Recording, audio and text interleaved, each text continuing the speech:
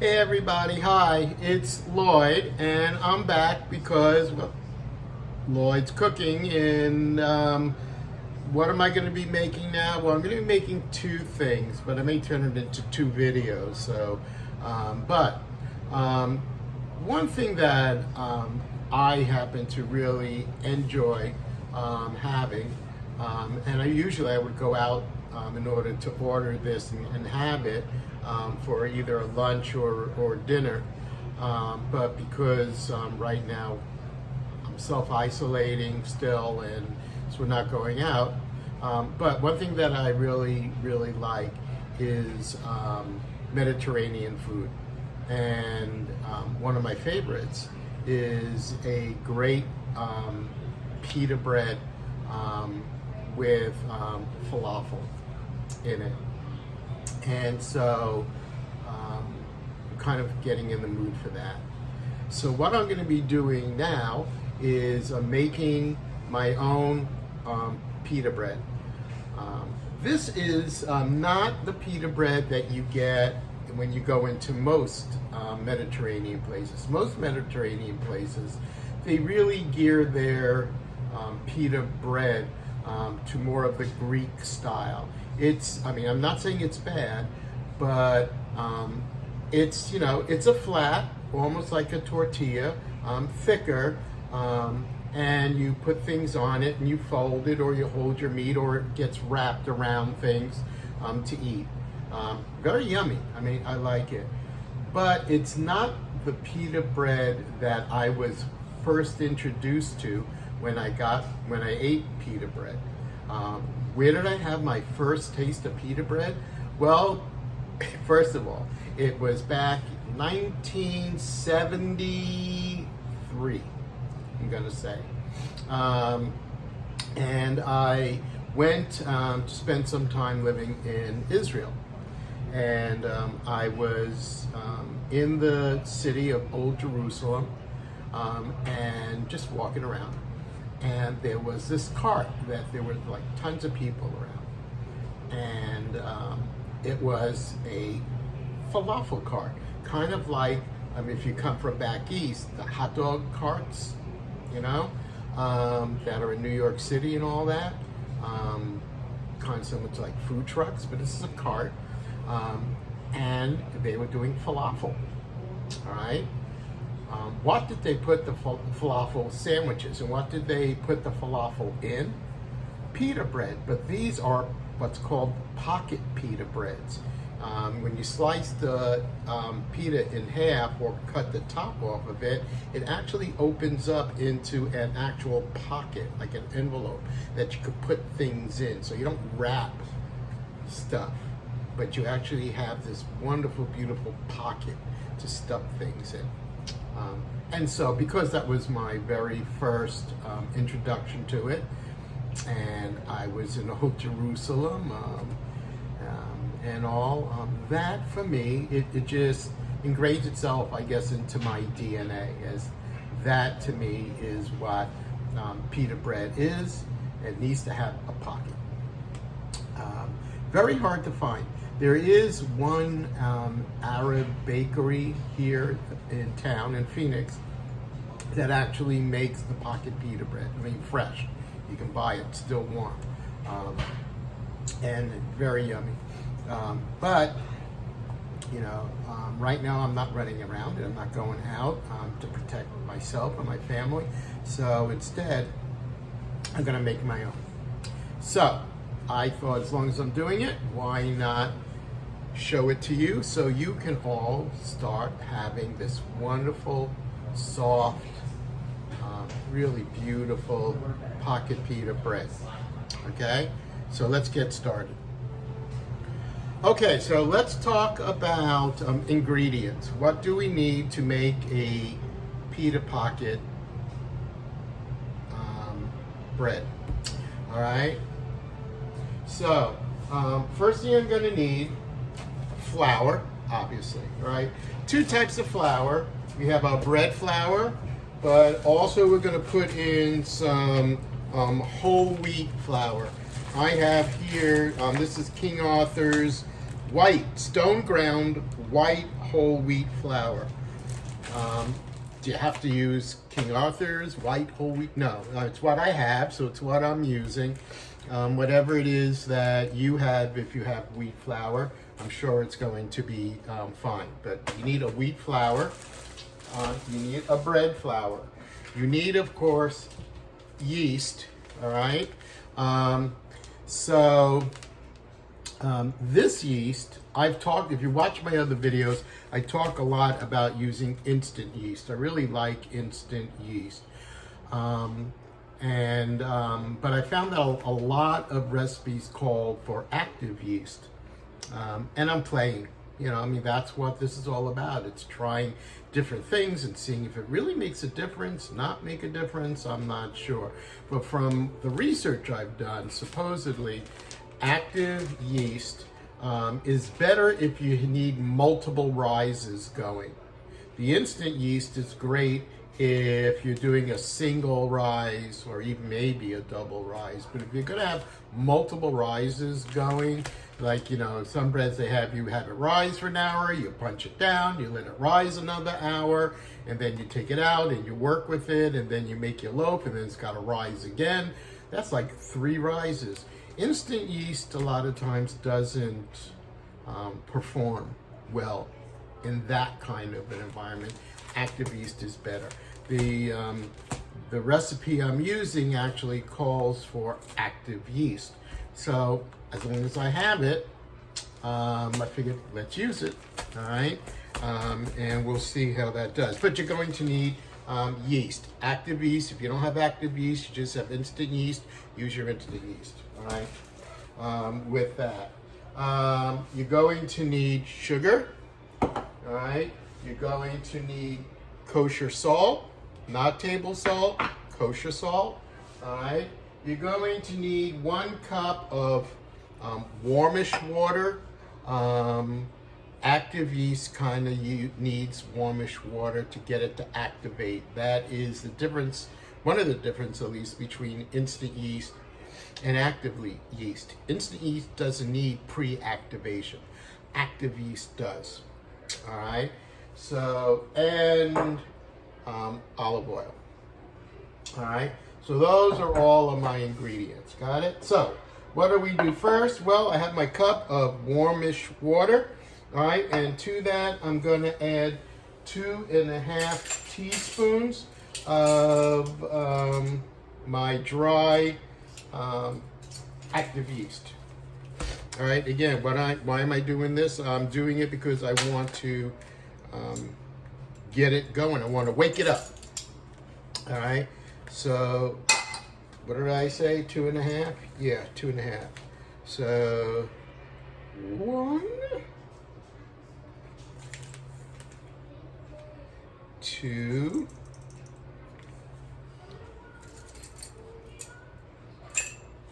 and 1/2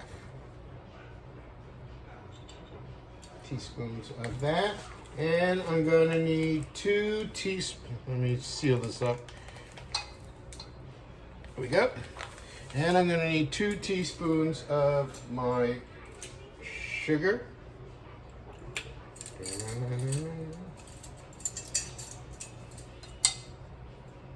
Oops, 1. That was a heaping one. 2 teaspoons of sugar. All right, and I kind of want to mix this all up together. And I'm going to set it aside. All right, so there I have my yeast and all that yummy stuff. Okay. Yeast and sugar mixed together, set it aside. All right. So if you do this and you come back to it and it's just sitting there, nothing's happening, your yeast is bad. Throw it away. What should happen is it should wake up, and by that I mean it should begin to foam and become kind of bubbly-ish. It's not bubbling, but it'll kind of foam. All right. So we have that. All right. So in my bowl here, right? we are going to add, let's see, 3 cups of my bread flour. Bread flour. Okay. Get this open. Again, my flour I always keep in my refrigerator. I recommend you do it. And I go through a lot of flour. But yet, especially I live in Arizona. It's kind of cooled off, so I think it's going to be about 100 degrees out there today. Yes, that's cooling off. But even at that, I keep it in the fridge, especially in the summer where we're hitting 110, 115, 120. You definitely want to get a scraper. You definitely want to keep it in the fridge, but it's just a good practice anyway. So that's 1.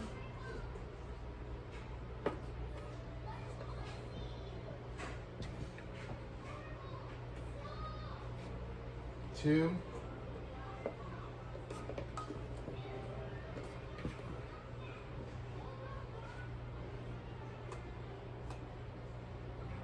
3. Very good. So that's 3 cups of my bread flour. Put this aside. All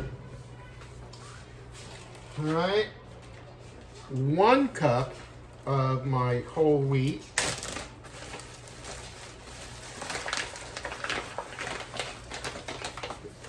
Flour, which yes, I'm gonna keep in my fridge. My yeast, my flours, all that stuff in the fridge. That's where I keep it. Anyway.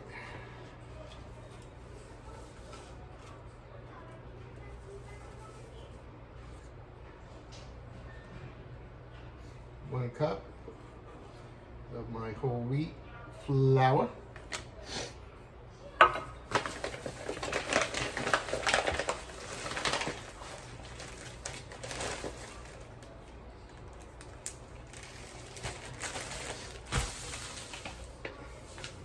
All right, 1.5 teaspoons of kosher salt.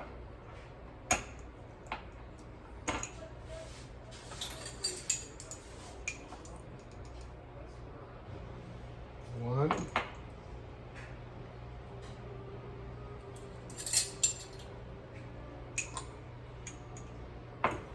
Half. And I'm going to put this on my mixer. There it is. I was doing it wrong. All right.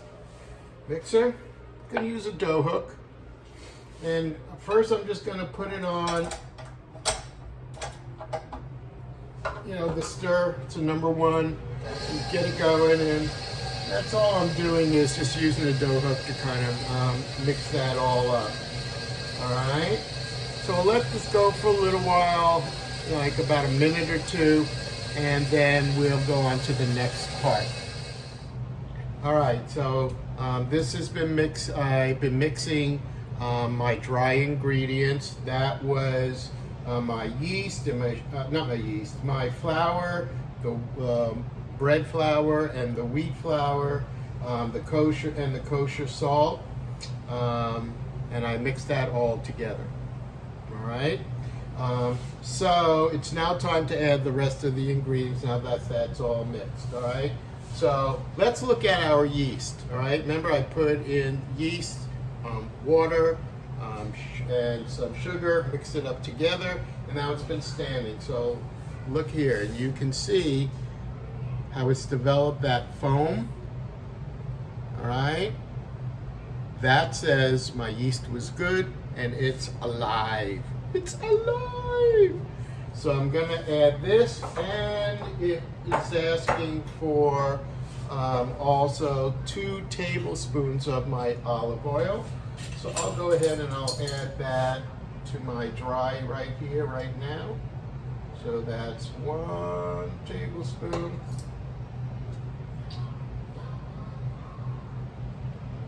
2 tablespoons. All right.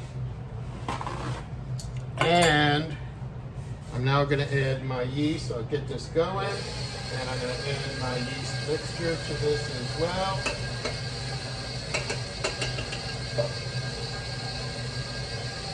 All right. And I'm going to get it going and mix it together. And what I want to do is get it so that it becomes a completely combined, pulls away from the side. Alright, and pulls away from the bottom too. Alright, so we want it to all come together into a really nice ball. Alright, so we're going to go and take a look and see what's happening inside the bowl. Remember, like anything, we started off with a cup of water. We're going to see what it looks like. We want it combining so it cleans the sides and the bottom, but does come together. So like it's all baking. Depending on temperatures and everything, we sometimes need to adjust. We may need to add more water if it's not wet enough. We might add a little bit of flour if it's too wet. So that's what we're looking for, is what's happening in here. All right. So as you can see, right here, right. It is kind of coming together. I know this looks like dry to me, right? So what I'm going to do is I'm going to add a little bit more warmish water to this.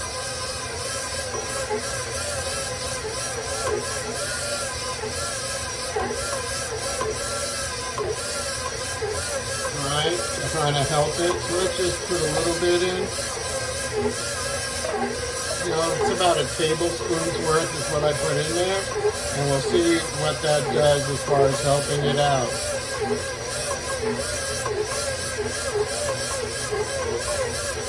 And you have to be patient. It doesn't happen like instantaneously when you add a little more water. You gotta let it start pulling everything together. See what's happening.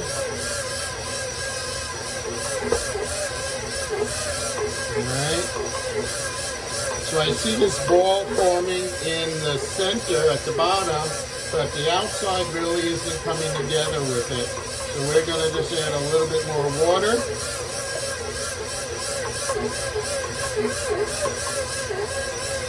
And I can't give you an exact amount of what to do. This is where you got to use your eyes.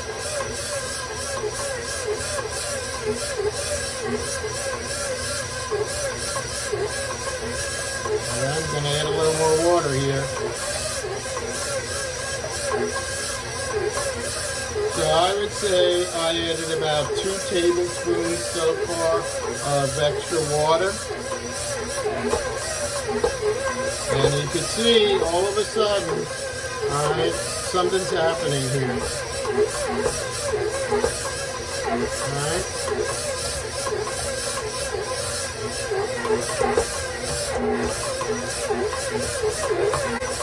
It is starting to come together. I think it's going to need a little more water.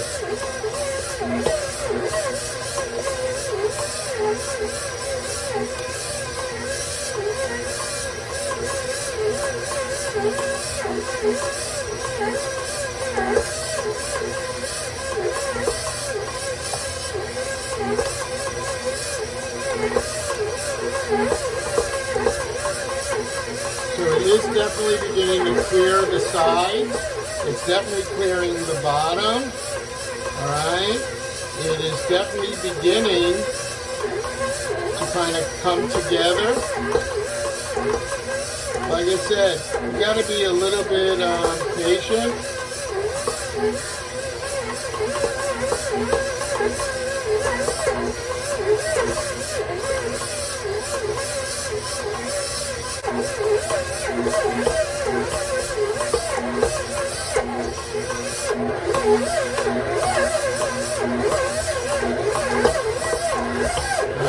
So see how suddenly it is actually coming together? Now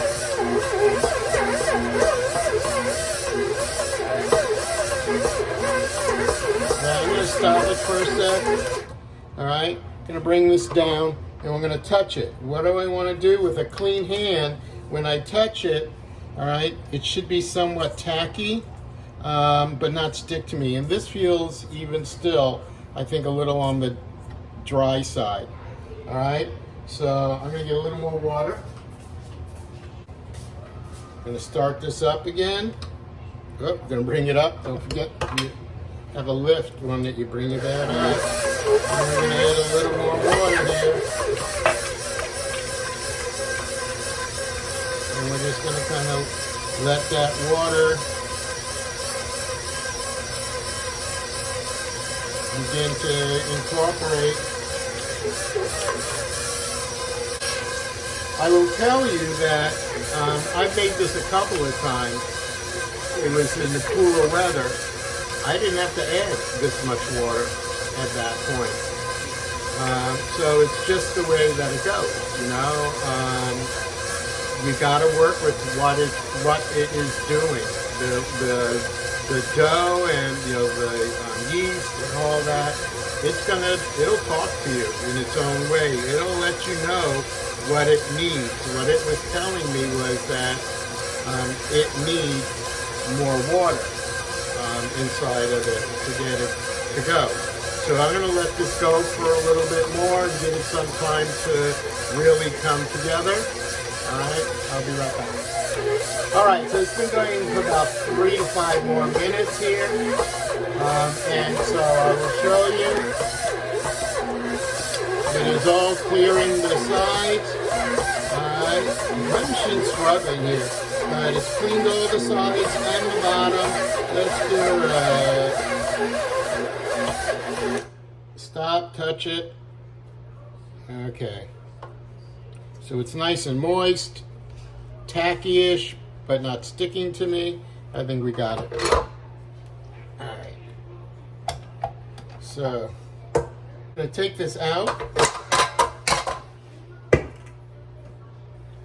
Alright. Comes out nice and clean here. I want to feel the dough again. It's very soft. It's tacky. Alright. Here, it doesn't stick. Alright, it's not, so it's good. So I'm going to put this back in the bowl. Going to cover it. Alright, normally you grease the bowl and stuff like that. You don't have to do it with this.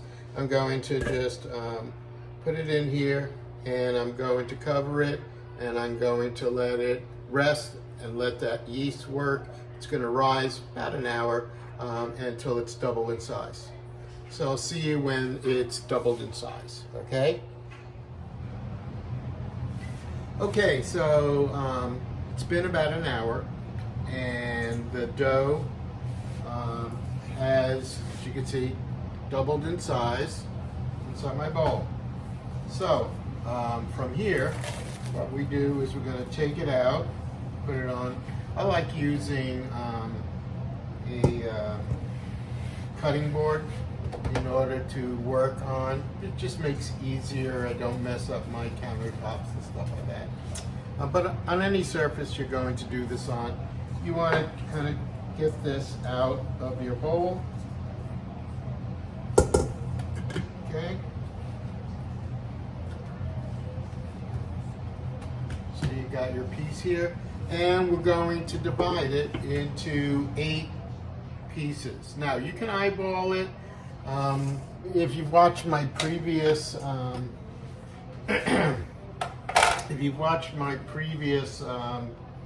videos, you will know that my eyeballing is terrible. So I like using a scale. It's not necessary per se, but I like using a scale. It helps just to make sure that as close as possible, each of my pita breads will be being made with the same amount of dough, which means equal sizes. All right. So I'm going to see how much this weighs. This weighs 462 grams. This weighs 454 grams. That's pretty close, but you know, if we can get closer, why not, huh? 457.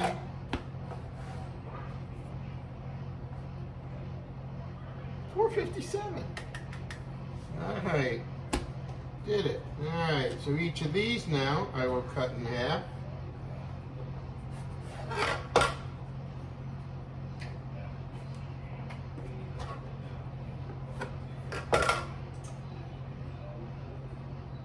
$434, 422,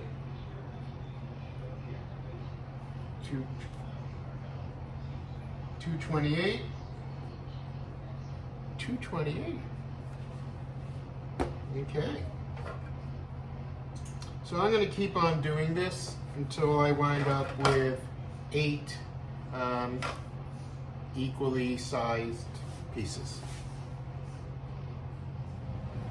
Okay, so I have now my bread broken up into 8 equal 1, 2, 3, 4, 5, 6, 7, 8 equal pieces here. And what I'm going to do now is take each of these and I want to create a ball. Alright, again, you put it on the surface, you kind of press down, you start rolling it, kind of just sliding around here right now. So it does better. It's doing better on my countertop. So I just take it and I press down. I start going round and round and round. Slowly but surely, you start lifting your hand up, releasing the pressure down, forming into a cup and rolling. And what you hope for is to get a ball out of this. Okay. So we do this with each of our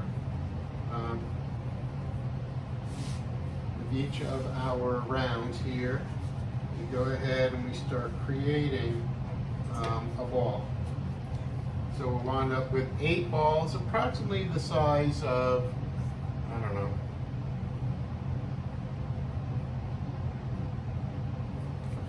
baseball,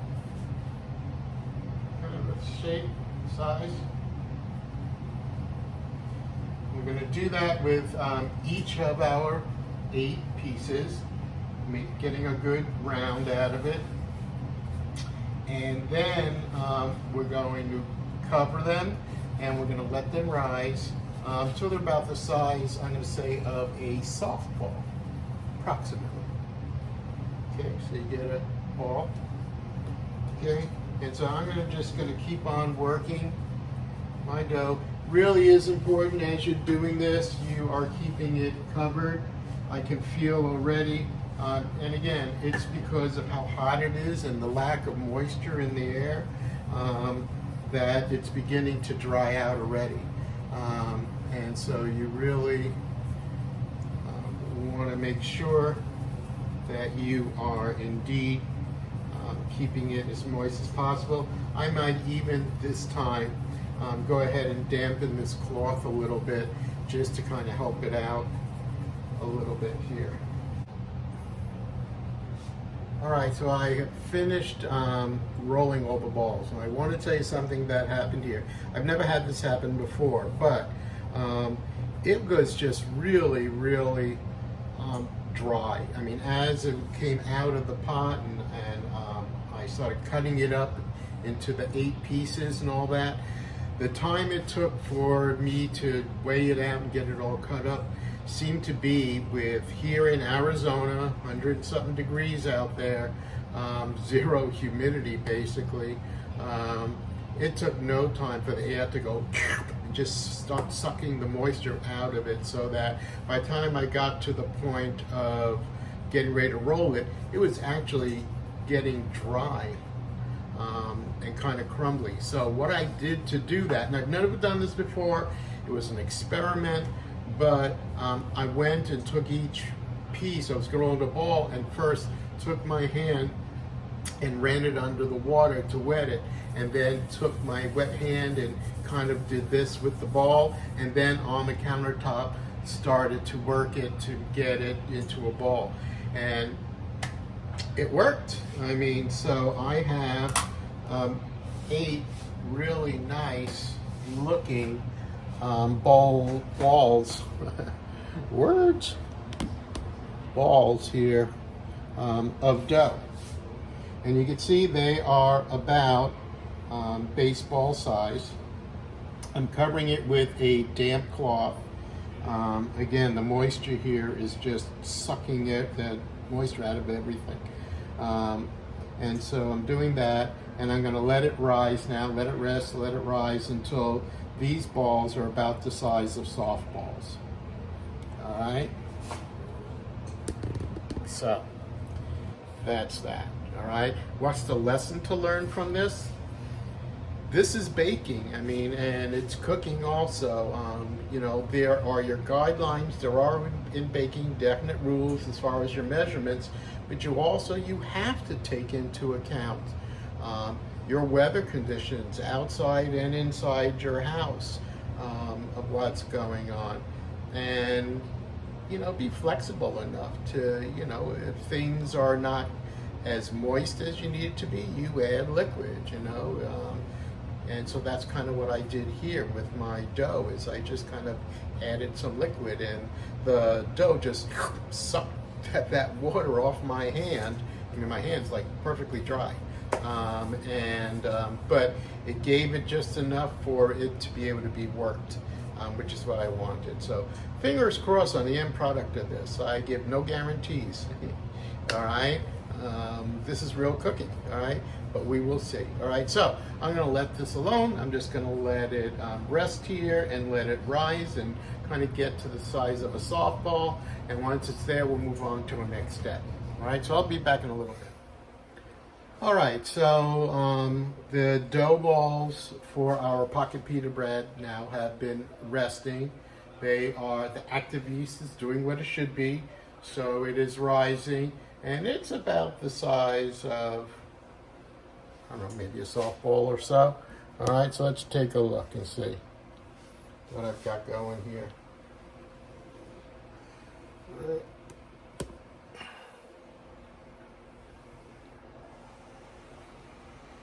All right, so once we have that, all right, now our job is to roll it out.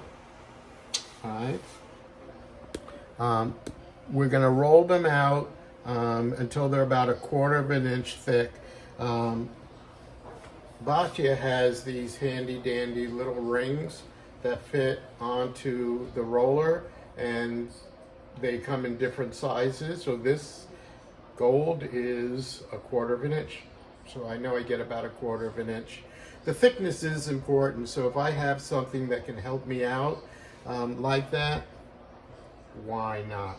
All right, so what you do is, I'm going to move these balls over kind of out of my way a little bit.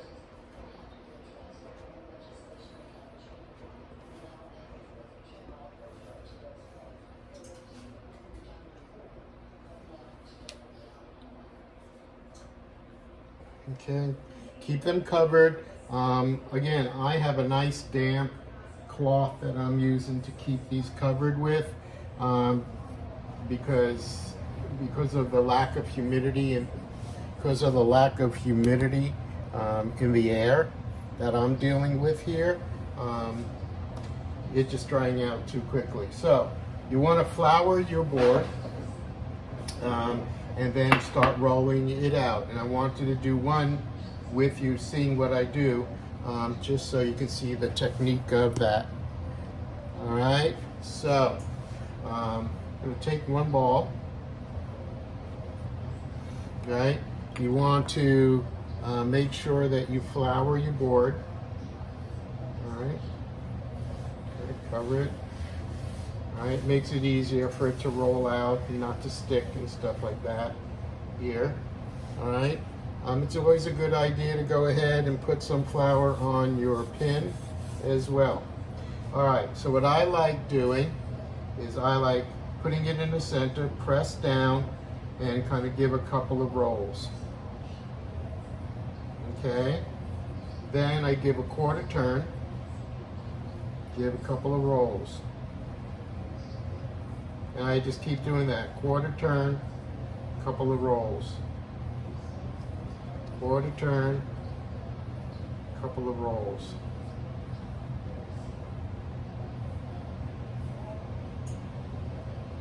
Okay, quarter turn,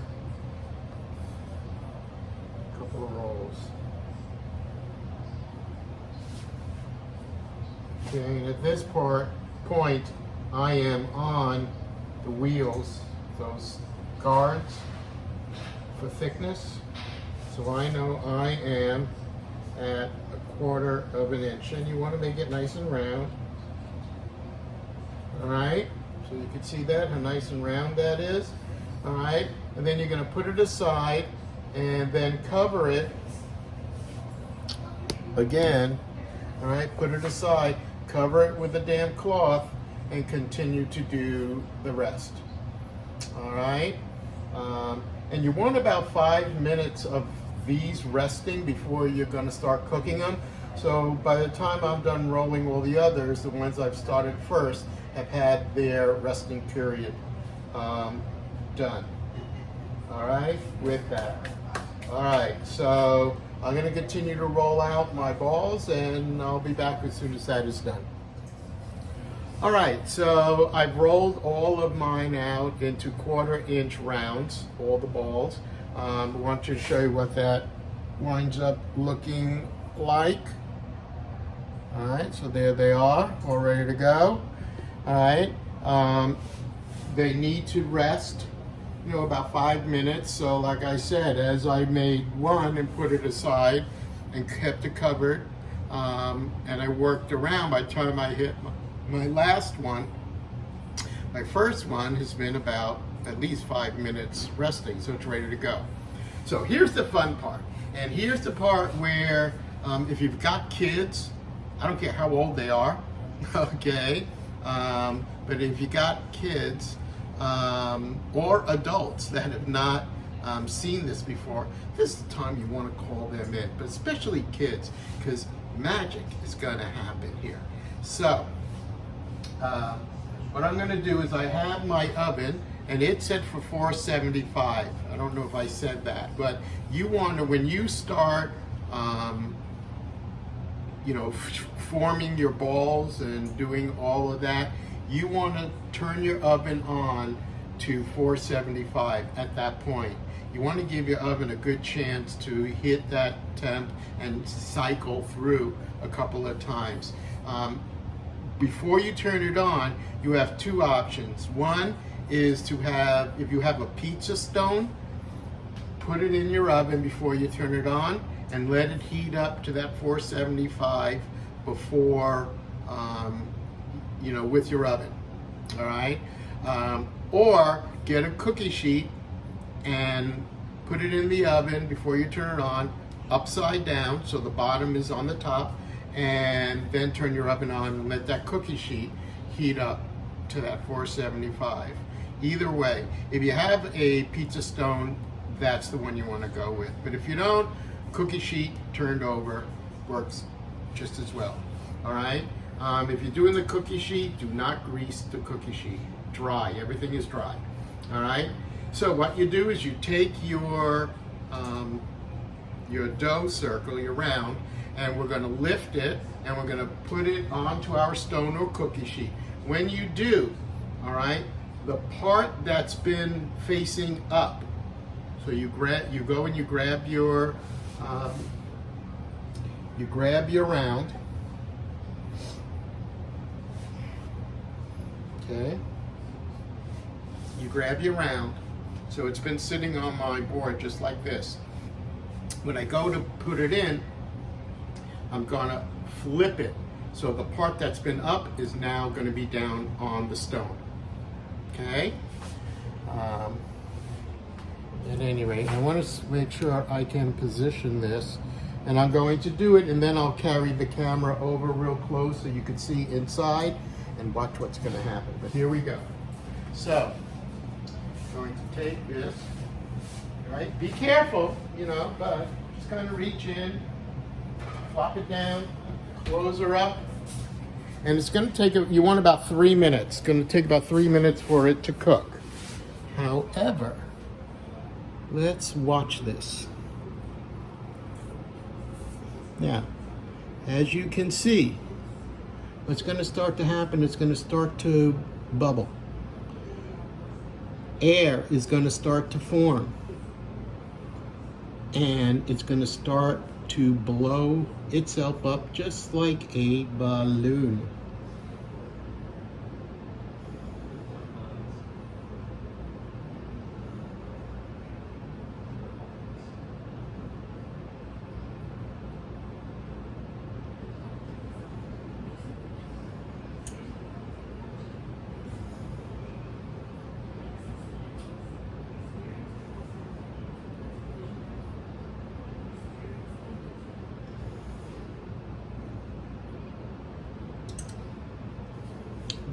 Now, what's that doing? Well, knowing that it's blowing up that way, that's creating that pocket that you want to have. All right, isn't that cool? Here, let's see you get a better look at that. You see that? It's just blowing up, really nice and puffy, blowing up. Okay, so you let that go for about 3 minutes, right? Once it's all blown. So once it's all kind of blown and puffy here, let's take a look again. All right. So you see how nice and puffed that is? Once it does that, in about 30 seconds, once it does that, it's done. All right. There, you want to be careful because you don't want to burn that bottom, right? You definitely don't want to do that. And to take it out, I like using a fish spatula. It's nice and big and wide. It lets me get under there and raise it up and all. So, you ready?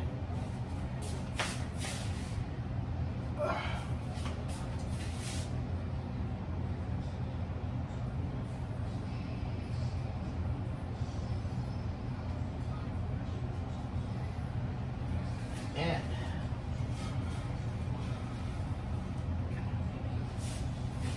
you can see, look at that, nice and round and puffy. Now as it cools, it's gonna, you know, go down. As the air that's forming that pocket cools, of course everything goes down, but the pocket's there. That is what you're looking for. The bottom, as you can see, is not burnt, but it's nice and brown. Pocket Pita Bread.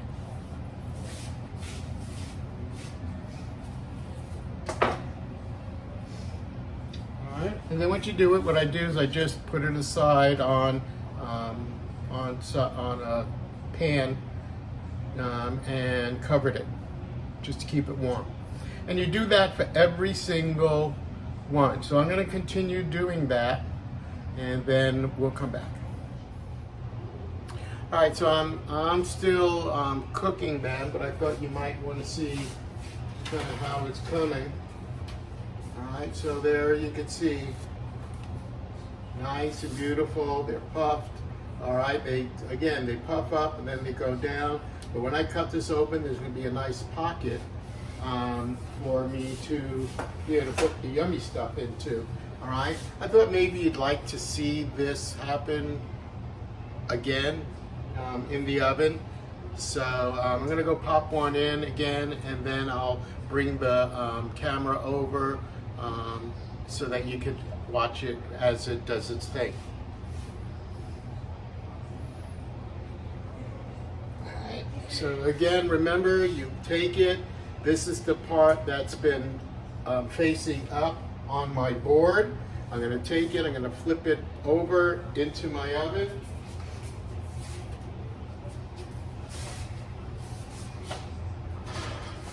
close the oven. Set the timer for 3 minutes. All right, and let's watch, see what happens.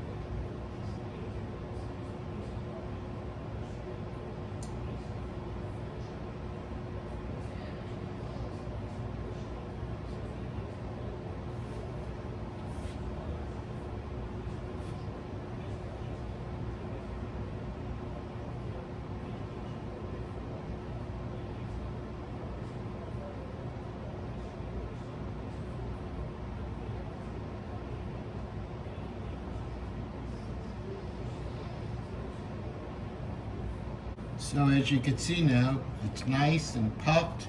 Beautiful pocket's going to be inside there. And again, counting down now, but 3 minutes.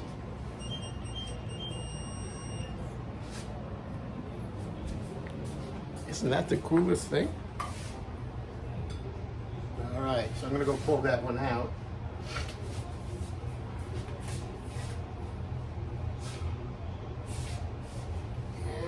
As you can see, one beautiful pocket pita.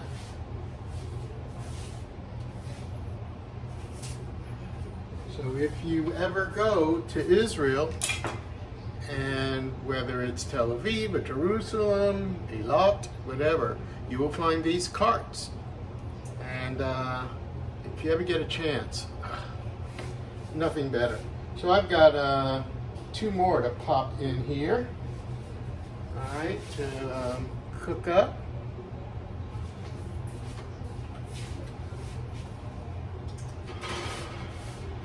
All right, so let me set.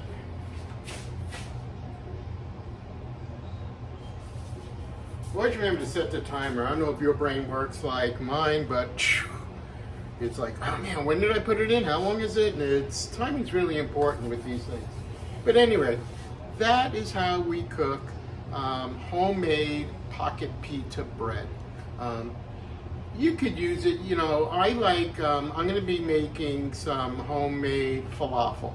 I'll be making a video on that as well. Don't worry about that, all right? But you can, this is great, chicken salad, I mean, a veggie pocket pita, all right?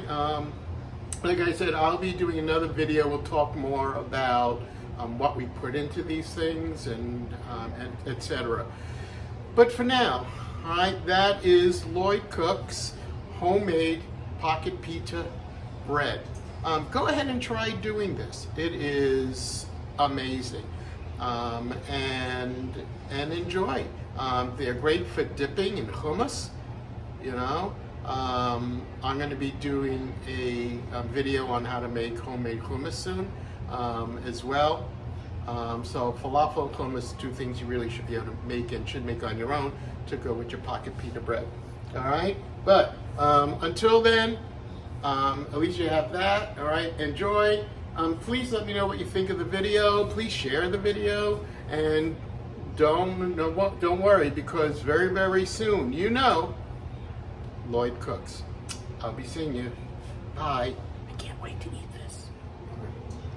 A quick side note, Batia was just saying to me, you know, in the video you told them that you used instant yeast before, but this time you're using active yeast, but you didn't say anything about the difference, all right? So here's what I want to tell you. It did make a difference, all right? I got very much better results using the active, dry active yeast as opposed to the dry instant yeast. Active yeast is really much better when you're doing multiple risings, which the pita bread definitely is. So, with that said, yes, in this case, I highly recommend using active dry yeast as opposed to the instant yeast. All right. So good luck and enjoy. All right. Bye.